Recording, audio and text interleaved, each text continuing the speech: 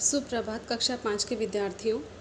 हमने अपने पिछले वीडियो में आपके पाठ 3 गुणवान तेनालीरामन को अच्छे से समझाया था। उसके बाद हमने बुक की एक्सरसाइज बुक में कंप्लीट की थी। अब देखिए आपको अपनी कॉपी में कौन सा वर्क इस पाठ में से करना है। सबसे पहले आप इसकी हेडिंग डालेंगे कि पाठ का नाम क्या है, पाठ का नाम, और उसको प्रॉपर अंडरलाइन करेंगे। उसके बाद आप इसमें दी हुई ये चित्र बनाएंगे जो कि आपके पेज नंबर 18 पर दिया हुआ है। देखिए आपकी कॉपी में अगर जगह कम हो तो आप चित्र को अपनी इच्छा अनुसार थोड़ा छोटा भी कर सकते हैं। उसके बाद चित्र साफ़ सुथरा होना चाहिए और उसमें तरीके से पेंसिल रंगों का प्रयोग आप करेंगे। कोई भी विद्यार्थी स्केच पेन का इस्तेमाल नहीं करेगा।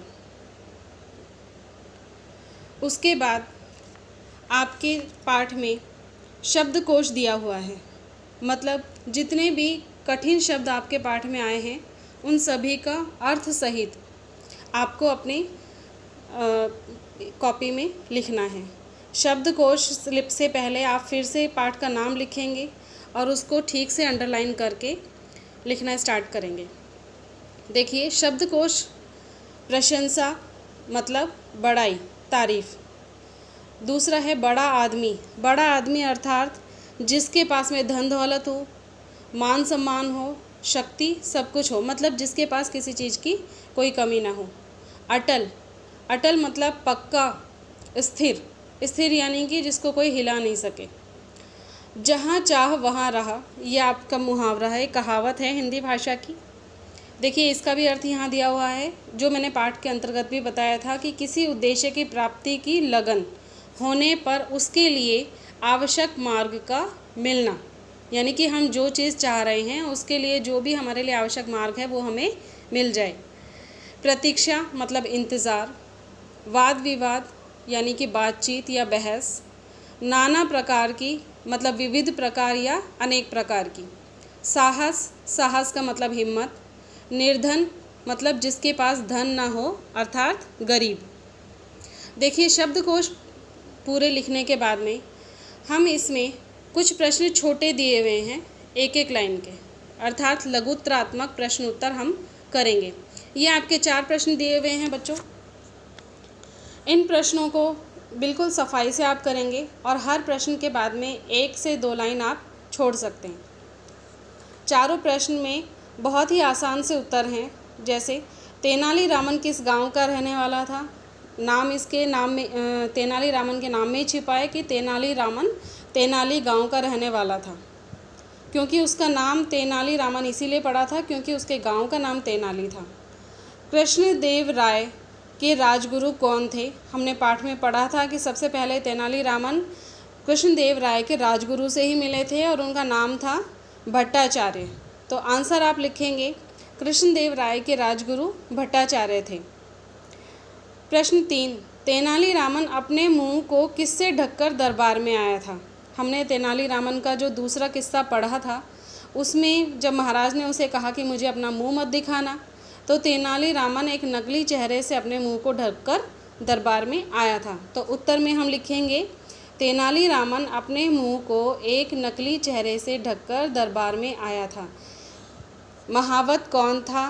प्रश्न 4, मैंने आपको बताया था पाठ के अंतर्गत भी कि महावत जो हाथी को चलाता है, और यहाँ पर पूछा गया है कि महावत कौन था। तो हमें पता है कि हाथी पर कृष्णदेव राय को बिठाकर कौन लेकर गया था, तेनालीरामन। तो आप लिखेंगे महावत तेनालीरामन था। ठीक है। इसके बाद इसको अंडरलाइन करने के बाद आप करेंगे अब बड़े वाले प्रश्न, जो आपके 3 से 4 लाइन के प्रश्न होते हैं हर पाठ में, वो आप करेंगे। पहला प्रश्न है तेनालीरामन कौन था, उसे तेनालीरामन क्यों कहते थे। आपको पता है कि तेनालीरामन कौन था। तेनालीरामन अपनी अटपटी बातों और हाजिर जवाबी से लोगों का मनोरंजन करने वाला विदूषक था। राजा के दरबार में विदूषक का स्थान प्राप्त था उसे, तो हम उसे एक विदूषक के रूप में जानते हैं, यही उनकी पहचान है। और उन्हें तेनालीरामन क्यों कहते थे? इसका कारण था कि उनका नाम तो था, क्या था? रामन, पर वह तेनाली गांव का रहने वाला था, इसीलिए उसे तेनालीरामन कहते थे। अब आ जाइए प्रश्न नंबर 2। तेनालीरामन ने विद्वान के तर्क का क्या उत्तर दिया? देखिए, पहले किस्से में ही हमने पढ़ा था कि विद्वान तर्क कर रहे थे कि जिस वस्तु को हम जैसा मान ले क्या वो वैसी होती है? किसी भी चीज़ को यह मान लेने भर से क्या हम उस वस्तु का कार्य पूरा कर सकते हैं? तो यहाँ तेनालीरामन ने उस विद्वान के तर्क का उत्तर दिया था कि हम सब तो भोजन पर चलें, ये महाशय यहीं बैठे बैठे ही मान लेंगे कि इन्होंने भोजन कर लिया, इन्हें यहीं बैठे रहने दीजिए। देखिए, जब इसमें हम उत्तर पूछते हैं कि किसी भी व्यक्ति ने क्या कहा, तो उस प्रश्न उत्तर को लिखते वक्त व्यक्ति के शब्दों को जैसे का तैसा लिखने के लिए हम उद्धरण चिन्हों का इस्तेमाल करते हैं, जो कि हमने इस उत्तर में किया है। उद्धरण चिन्ह में आप लिखेंगे जो तेनालीरामन के शब्द थे। प्रश्न नंबर 3, तेनालीरामन अपने मुंह को एक नकली चेहरे से ढककर दरबार में क्यों आया? तो हम यहाँ उत्तर देंगे, एक दिन महाराज ने तेनालीरामन की किसी बात पर बहुत अप्रसन्न हो गए और क्रोध में उन्होंने कहा कि जाओ, कभी मुझे अपना मुंह मत दिखाना। देखिए, ये आदेश क्योंकि राजा ने दिया था तेनालीरामन को, इसीलिए तेनालीरामन अपने मुंह को एक नकली चेहरे से ढककर दरबार में आए थे। प्रश्न नंबर 4, राजा निर्धनों के गांव में कैसे पहुँचे? हमने पाठ में पढ़ा था कि राजा गांव में जाकर के पता करते थे कि मेरी प्रजा सुखी है या नहीं है या दुखी है। तो ये सब जानने के लिए उन्हें तेनालीरामन लेकर के गए थे। तो हम उत्तर में लिखेंगे कि तेनालीरामन ने खुद को महावत के रूप में छिपाकर हाथी पर महाराज को सवारी कराकर उन्हें गरीबों के गांव ले गए थे। आपको समझ में आया कि महावत के रूप में तेनालीरामन खुद छिपकर राजा को सवारी करवाकर गरीबों के गांव लेकर गए थे।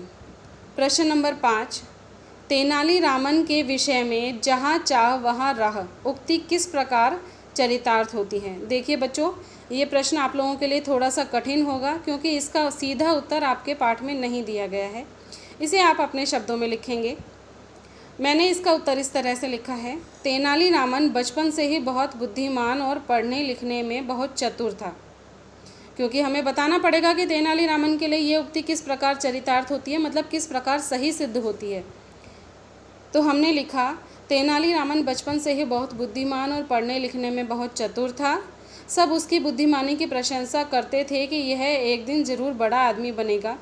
राजा कृष्णदेव राय के राजगुरु भट्टाचार्य का तेनालीरामन से संपर्क में आना और तेनालीरामन का राजा के दरबार में विदूषक का पद प्राप्त करना उपरोक्त उक्ति को चरितार्थ करता है। कि ऊपर जो उक्ति अर्थात जो बात कही गई है, जहाँ चाह वहाँ रह, उपरोक्त का मतलब ऊपर दी हुई, ठीक है। ऊपर दी हुई जो उक्ति है यानी कि जो पंक्ति है, उसको ये घटना चरितार्थ करती है या पूरी तरह से सही सिद्ध करती है। धन्यवाद।